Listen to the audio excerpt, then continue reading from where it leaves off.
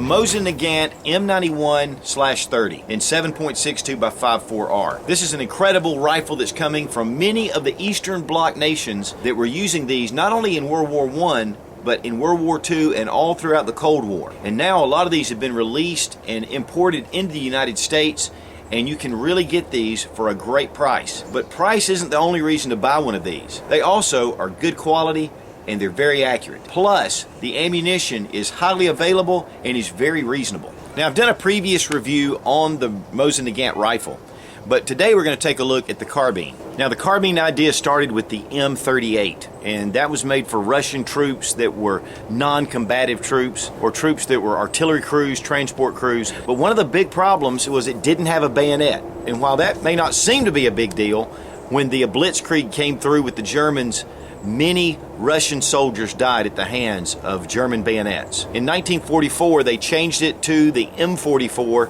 which has a fixed bayonet. It's a side mount bayonet that pulls down, comes forward, and hooks to the rifle. But by the time the M44 came out, very few of them saw actual combat. And then there's also the Type 53, which was the Chinese version of the Mosin carbine, which was very popular a few years ago when a lot of the Chinese Type 53s were being imported into the United States. Now, this particular rifle is the WZ-44, which is the Polish version of the Russian M44. And the best way to tell that is right here on the receiver you have an 11 with a circle around it. Also the date of manufacture, 1952, and the serial number. And the bluing on this rifle in particular is really nice.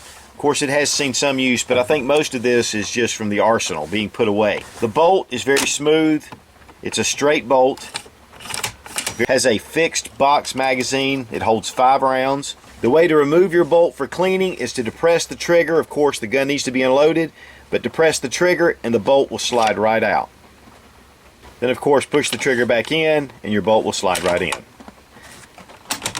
The safety on these bolts, that is the one thing that is pretty tough. And you need to pull this cocking lever back and then turn. And then what that does, that puts it in the safe position. And then to pull it back into fire, you have to pull it out and forward. As you can see, the boxed magazine itself hangs down below the rifle. This can also, you can release your rounds by depressing this little tab and then opening up. And this will bring the rounds straight out.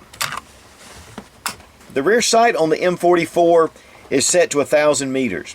And unlike the rifle, the model 9130, which is set for 2,000 meters. Some of the earlier M44s or the 1938s were actually ground off. But here we see that it ends at 1,000 meters, which is in 10. So it's in 100-meter increments. And then to raise your sight, you can push in here, and it will actually lift the rear sight. And then we have a post for the front sight, and it has a nice round globe that fits over it. And this can be adjusted for windage by drifting your front sight over. The carbine Mosins are typically about 40 inches, and their big brother, the M9130, is 48 inches. So you're losing about 8 inches off the barrel, which makes this very handy, easy to bring up to the shoulder, and it still retains a good bit of accuracy. But they don't weigh a whole lot less than their big brothers. These weigh 8 3/4 pounds. A lot of that has to do with the fixed bayonet that goes on here. Most of your wood is retained in the rifle, so there's not really a lot of weight difference. Of course, here is the bayonet, which is folded over, and this is a cruciform style, which means that it has 4 grooves that fit through it. And then it comes to a sharp chisel point right here. This post right here allows for the bayonet to swing either direction. Now the bayonet style fits right here close to the rifle. It's even notched into the stock, and you just pull down, snaps right into place. But now to disengage your bayonet, you need to push forward and then it'll swing down.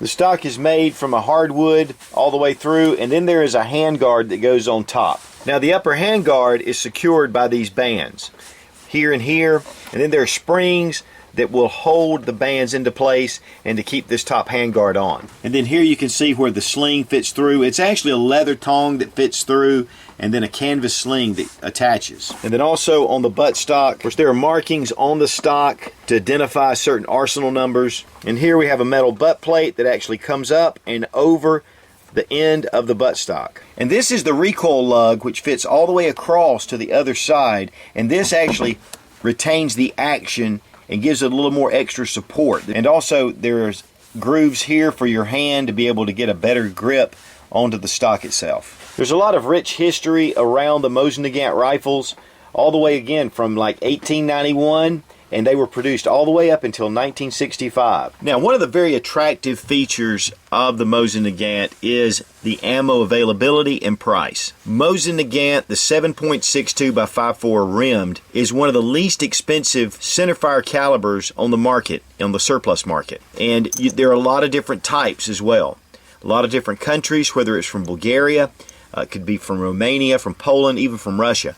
Different type ammo and different purposes. But this ammo, you can find it very inexpensively. We get them in the 440 round tins, $5 or less for 20 rounds. You just can't beat it. Of course, this is corrosive ammo, so one of the things you're going to want to do is, after you shoot, you should take some Windex with ammonia and spray down it, clean it out, and then clean it as you normally would. And that'll stop all the caustic action of the corrosive primers. Now, many people equate the price to the quality of the rifle, and that just isn't the case. With these old Mosin Nagants, again, there were 17 million of these, over 17 million made. So there's just a big supply that's come into the country. But as these supplies start to dwindle, you're going to see less and less. The old M44s were going for about $59, $69 a piece at one point, and now you're finding them at $200 and above. As supply dwindles, these will go up. But even at $200, this is still a great buy, and these will also continue to go up in price. And for a centerfire cartridge, it's an excellent buy. Be strong. Be of good courage. God bless America. Long live the Republic.